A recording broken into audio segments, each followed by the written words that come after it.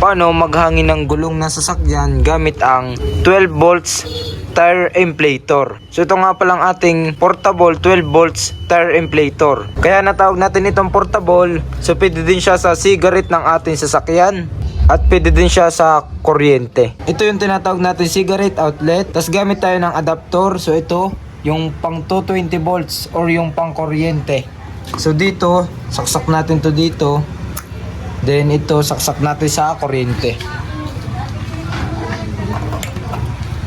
At dito so meron din siyang ilaw yan. Pindutin nyo lang yan na isa at may ilaw na dito. Then pag off nyo naman ganun lang din. Tas dito makikita na natin yung PSI. So dapat is nakasalpak ito dito sa inyong gulong. At dito sisimulan na nating hanginan ng ating sasakyan gamit ang tire inflator. So kita nyo ito is straight. So dapat siya is nakaganito mamaya pag nakasalpak na dito.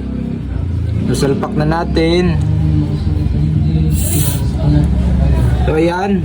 At dito makikita nyo na yung PSI ng inyong sasakyan. At kung makikita nyo, so nakaset lang siya isa 18 PSI. So sobrang lambot ng ating gulong ng sasakyan.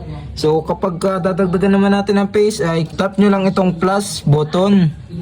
Then nakaset siya is sa 32 na. So kapag nakita nyo na yung 32 na yun, so 18 ang hangin ng ating gulong or PSI. So tap lang natin itong plus icon. Then naka 30 siya, so gagawin natin siyang 32 PSI. Then tap nyo lang uli itong plus icon. Then magta 30.5, then isa pa. Then 31.0. Then tap nyo lang yan ng tap hanggang sa maging 32. So yan, 32.0 PSI. At next na natin gagawin, tap nyo lang itong parang power button. At automatic na siyang maghahangin sa ating gulong.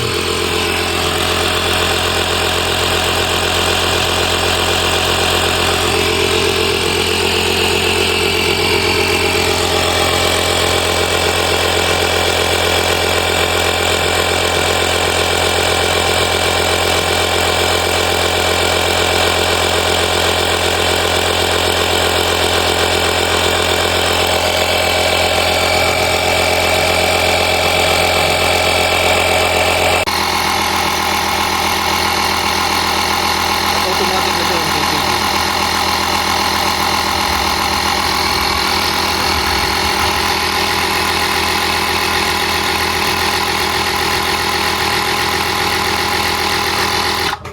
At kapag na-hit na niya yung sinet nyo na PSI, so automatic na siyang titigil. Then tap nyo uli itong power button.